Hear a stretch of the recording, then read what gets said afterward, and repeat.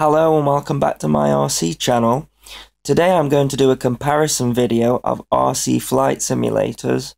The one thing that I get asked the most when I'm out flying on the field is how do I get into this? And I usually give people two answers. The first one is join a club, because that's what I did. I joined a club, I got my own aircraft, and somebody taught me how to fly using a buddy box system. It's not so easy to do that these days because all these park flyers and electric models mean that a lot of the people who were in clubs have gone out and just go and buy aircraft and fly them on their own. So the next option I give them is to get a flight simulator, and that's what we're going to go through today. So I'm going to start with the first flight simulator, which I think is the easiest way to try to see if you like it, and that is the Android flight simulator. It's called Absolute RC Flight Simulator, and it doesn't just cover aircraft, you've got boats and cars as well, but anyone that's got an Android device or an iOS device can download this, and it's basically an Android version of the Clearview flight simulator, which we will go through later. But you can download this on the Google Play Store. I'm using a Nexus 5 to fly this with.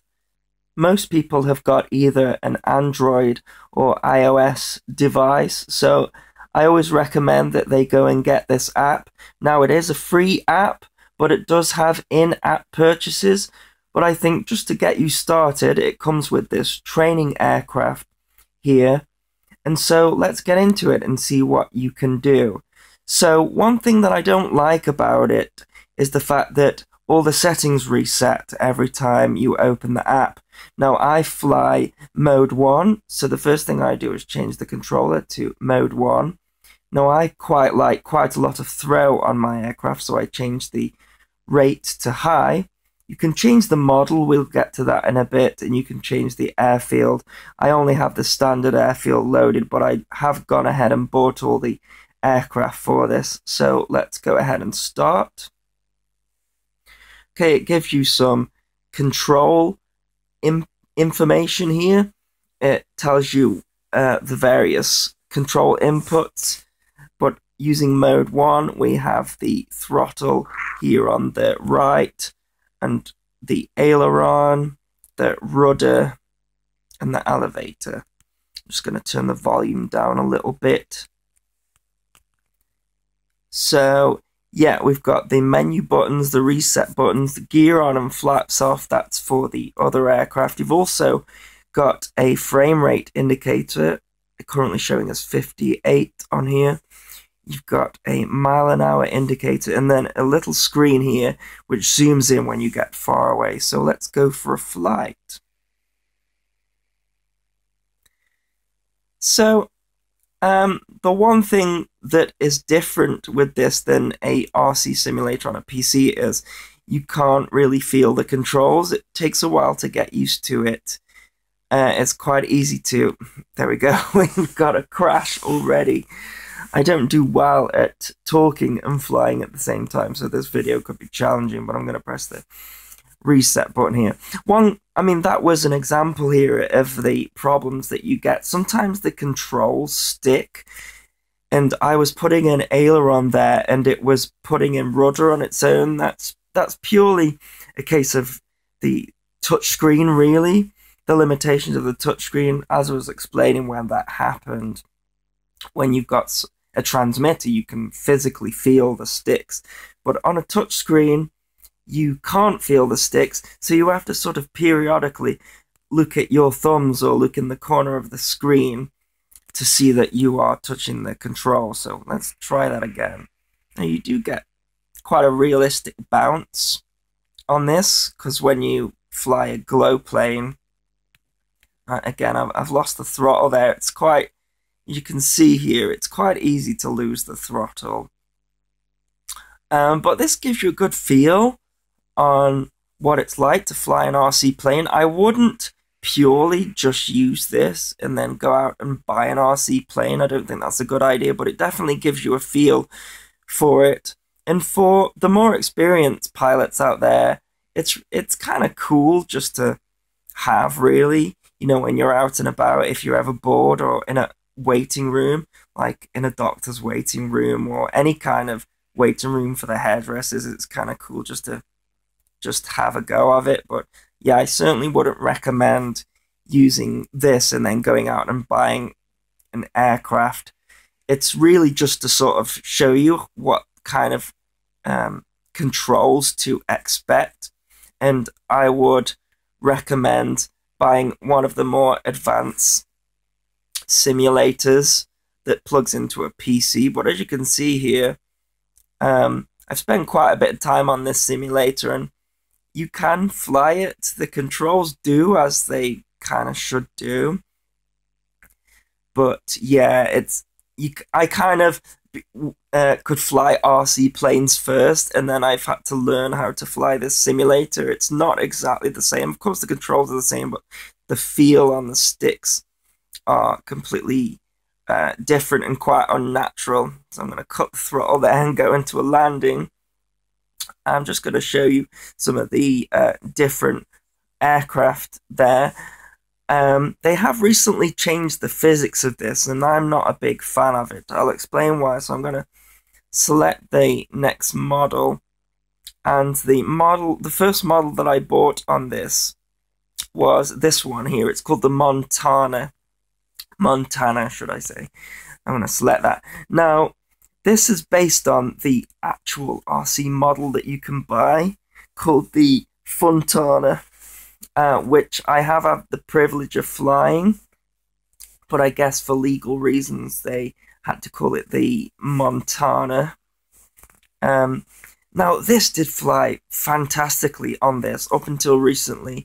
Now, one thing I should mention is they do incremental updates on this quite often. I guess it's a popular app for them. So, but what I don't like is they've recently changed the flight characteristics of this, and I'm just gonna try and take off. And I mean, straight away there, look at that. I just tried to take off, and the thing just exploded into pieces. But that's not the problem. Okay, I'm gonna take off a bit slower, add a bit of up in.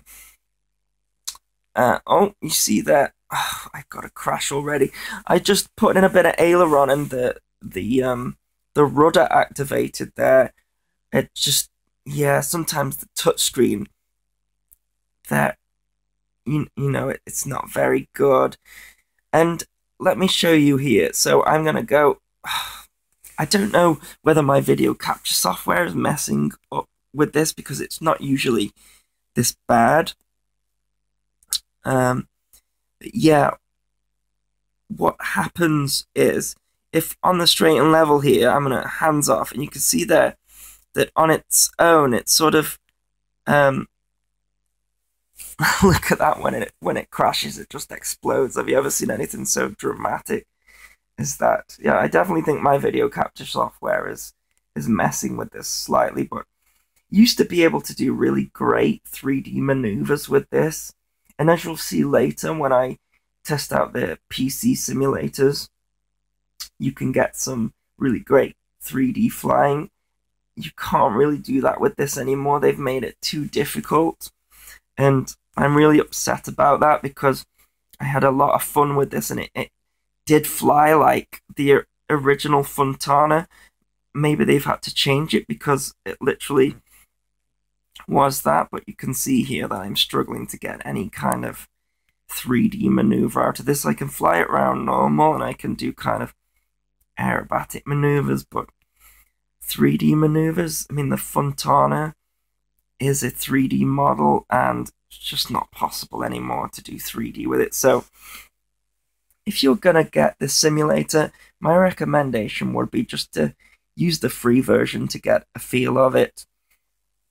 There are other aircraft. I've gone ahead and bought all the other aircraft on here, and there are some models that do 3D better if you're looking to have this to do some 3D practice. So like this biplane, you can kind of do 3D, but not like how you used to. I think what they've tried to do with this app is try to make it more realistic, but in doing so, the limitations of the controls of the touchscreen on Android have made it really difficult to do any 3D. And there we go, a bit, my tail's fallen off. I'm not doing a very good job demonstrating this.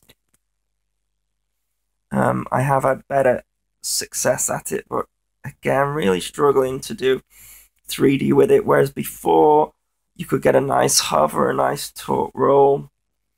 So as of today, not really that impressed with what you can do with it control wise. So we're in March 2015 now. Like I say, they are updating it all the time, but for now, yeah, I'm not too impressed with the control. Some people may say, oh, well, you know, you're just not good enough at flying 3D. I can fly 3D. In fact, I learned how to fly 3D using a simulator. So, yeah, the 3D capabilities of this simulator are at the moment to be desired, but still, I'm all for this app because it starts off as free and it can get people into the hobby. So, yeah.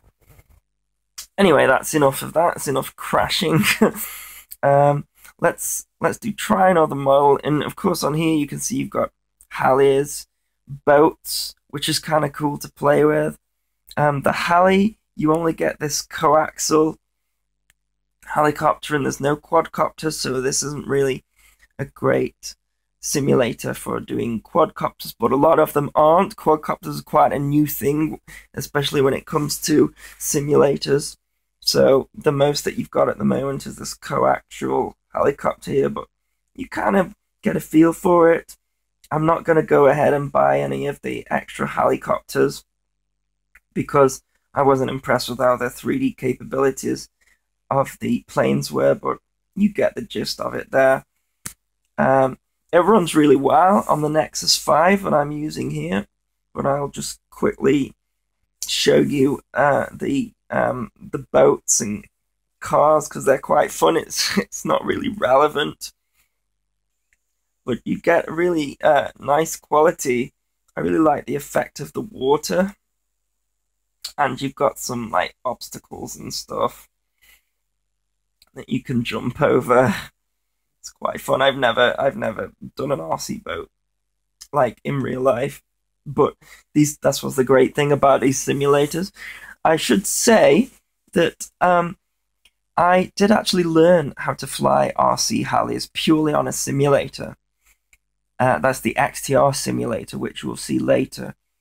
And I went ahead and bought a miniature, one of the micro helicopters, and I could fly it perfect just from flying on the simulator. So these simulators do work, but of course I was in a flying club, flying fixed wing for, 15 odd years or so. So, that's not really the best example of it, but these simulators do work.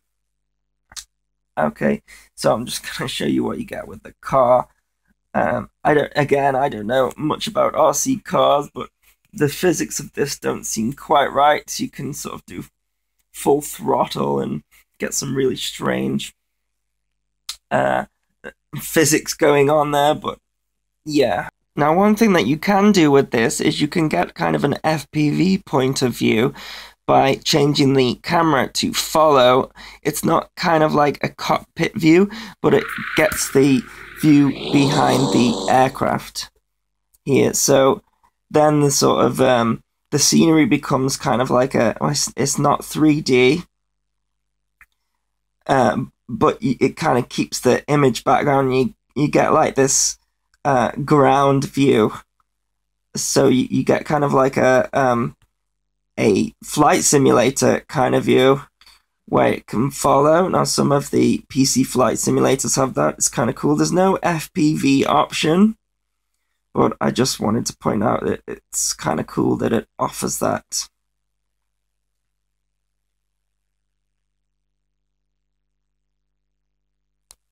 Let's go on to the next simulator, which is purely for quadcopters.